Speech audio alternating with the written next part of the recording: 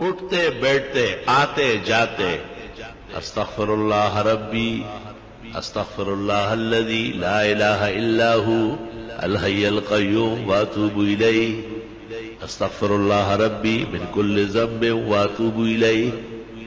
یہ پڑھا کرو جتنے استغفار آپ کو یاد ہے، بہت زیادہ پڑھو، کم پڑھنے سے نہیں کام چلے گا.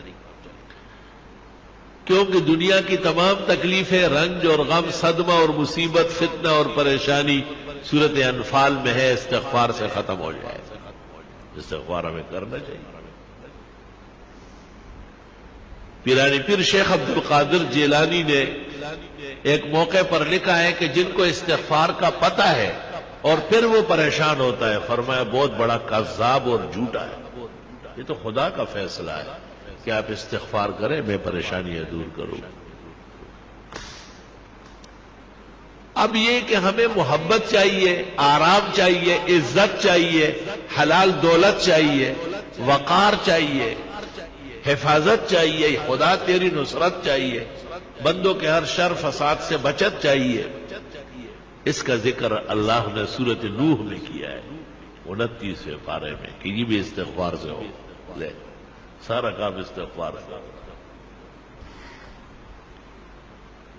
علماء نے اس طرح ایک مثال دی کہ اگر فرید گنج شکر ان کے شیخ قطب الدین بختیار کاکی،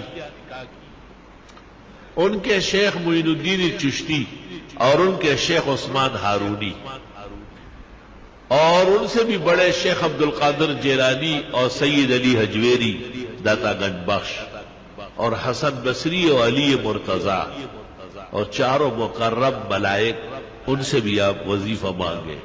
استغفار سے بڑھ کر کوئی وظیفہ نہیں دے. سب کا اتفاق استغفار پر ہوا. استغفر اللہ ربی من کل ذنب واتوب الیہ استغفر اللہ الذی لا الہ الا هو الحی القیوم واتوب الیہ. اب ایک آدمی استغفار کر رہا ہے اور وہ فائدہ محسوس نہیں کرتا تو قرآن تو سچا ہے، ہمارا ایمان ہے، اس میں کوئی کمی ہے نا. وہ عورت نے وہ چاند دیکھا، ایسا چاند دیکھا تو انگلی کے ساتھ کوئی چیز لگی تھی نامناسب، کہنے لگی چاند تو بہت اچھے لیکن بدبو آ رہی ہے. بدبو تو آپ میں ہے، چاند میں تھوڑا ہی ہے.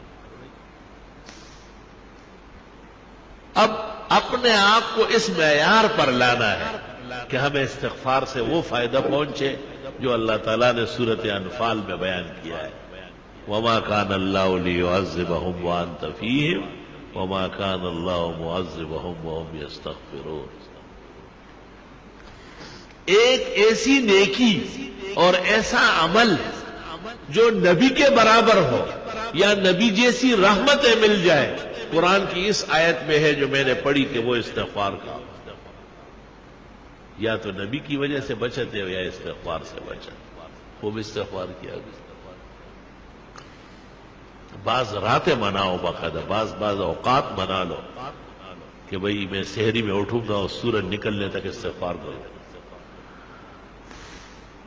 اور میں جمعے کی نماز کے لیے 2 گھنٹے پہلے آؤں گا، سورۃ کاف پڑھوں گا، 100 مرتبہ درود ابراہیمی پڑھوں گا، بس پھر جمعے تک استغفار کروں گا. جمعے میں اتنا ٹائم نہیں ہے، چلو عصر سے مغرب صحیح ہے، مغرب سے عشاء تک کچھ تو ادھر کنڈے زویا سوخو بویا، کچھ تو کرے آپ، اپنے آپ کو ذرا قیمتی بنائے. جتنی خوشیاں چاہیے، جتنے آرام اور راحت چاہیے، جتنی عزت چاہیے، اللہ تعالیٰ سورۃ نوح میں فرماتے ہیں فَقُلْتُ اسْتَغْفِرُوا رَبَّكُمْ، استغفار کرو وہ مل جائے، سب عطا ہو جائے. ہمیں بھی دعاؤں میں یاد رکھو، دینی مدرسوں کو بھی، طلباء کو بھی، اور یہ موجودہ پریشانیوں کو بھی، اور استغفار کی کثرت کرو. راتوں کو بستر پر جاتے وقت 33 دفعہ سبحان اللہ، 33 مرتبہ الحمدللہ، 34 مرتبہ اللہ اکبر پڑھا کرو. آج ہی بخاری شریف میں آ رہا تھا کہ حضرت فاطمہ آئی اور ام المومنین عائشہ کو کہا کہ حضرت غلام بانٹ رہے ہیں، مجھے بھی کوئی نوکرانی دے دے. جب حضرت آئے بتایا، انہوں نے کچھ کہے بغیر ان کے گھر گئے اور ان کو کہا بس رات کو یہ پڑھا کرو 33 مرتبہ سبحان اللہ، 33 مرتبہ الحمدللہ، 34 مرتبہ اللہ اکبر. یہ دنیا بھر کے غلام کنیز آرام و راحت سے بہتر ہے. تسبیحات دائیں ہاتھ سے پڑھا کرو، بائیں ہاتھ سے اسلام میں کوئی تسبیح نہیں ہے. جو مسئلہ نہیں جانتے ان کو بتانا ضروری ہے، جو جاننے کے بعد بھی نہ مانے اللہ ان کو ہدایت کی توفیق دے. آپ کا کام اور ہمارا کام خیر آگے بڑھانا ہے، خیر منوانا ہماری ذمہ داری نہیں. اللہ نے نبی کو کہا ہے انما علیک البلاغ وعلینا الحساب، آپ پہنچائیں، حساب میں خود کرو. تسبیحات جس طرح نمازوں کے بعد ہے اس سے زیادہ ضروری رات کو سوتے وقت ہے. بہتر ہے کہ باوضو ہو، بہتر ہے کہ پاک کپڑے پاک جسم ہو، بہتر ہے کہ بستر بھی صاف ستھرا پاک ہو، سفید پاک چادر بچھاؤ اس پر. بستر پر آنے کے بعد اگر کوئی حرج نہیں ہے، گرانی نہیں ہے، تو سورت الف لام میم سجدہ ایک بار اور سورت ملک ایک بار ہر رات کو پڑھنا سنت طریقہ ہے. قیامت کے دن شفاعت آسانی سے نصیب ہو جائے گی. قیامت کے دن کی تپش نہیں دیکھے گا، محسوس بھی نہیں کرے گا. لوگوں سے پوچھے گا کہ وہ قیامت کہاں ہے، وہ تکلیف کدھر ہے.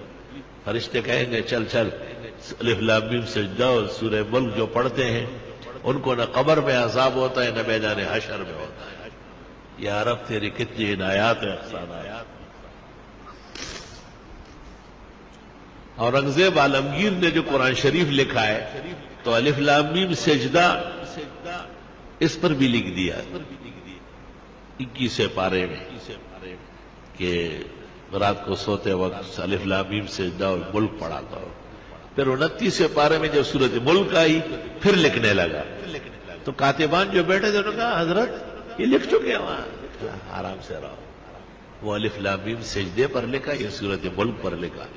اور حدیث شریف لکھنے کے بعد لکھ فرمایا بس اورنگزیب کا یہی مقصد تھا کہ یہ لکھا ہوا قیامت تک رہ جائے، شاید کوئی عمل کر کے اور مجھے بھی قبر کے عذاب سے اور جہنم کے تپش سے اور قیامت کی پریشانی سے اللہ تعالیٰ نے نجات نصیب فرمائے.